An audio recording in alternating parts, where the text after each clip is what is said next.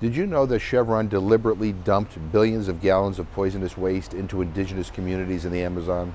I went there and I saw it for myself in 2008 when I visited Ecuador with environmental lawyer Steven Donziger, who won a historic $9.5 billion settlement against Chevron, a settlement they still have yet to pay. We visited these communities together. There were places where the stench of toxic chemicals was so strong it burned my nose. There were villages where nearly every family had been affected by cancer. And here's what I think.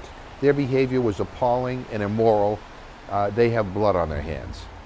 Steven exposed their acts of corporate violence, and in response, Chevron executives used their unchecked power to rig the justice system against him, resulting in a deeply troubling treatment by U.S. courts that made a mockery of justice, putting Steven under house arrest or in jail for nearly 1,000 days, and serving to bully and intimidate Steven and others who fight for environmental equity.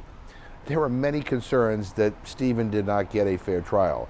He was denied a jury and tried on charges filed by a judge that were rejected by the federal prosecutor.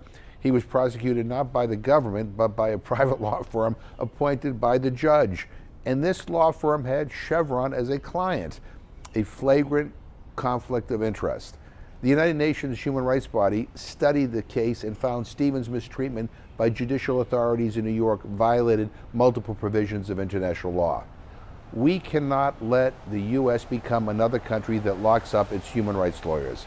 That's why I'm leading the call, along with others, asking President Biden to pardon Steven Donziger. This is about more than a court case. It's about sending a message that corporate polluters need to be held accountable for breaking the law, and that they shouldn't be allowed to harass and intimidate those who seek justice. The truth is that it's the executives of Chevron, not Steven Donziger, who should have been put on trial for what they did. President Biden should pardon Steven Donziger.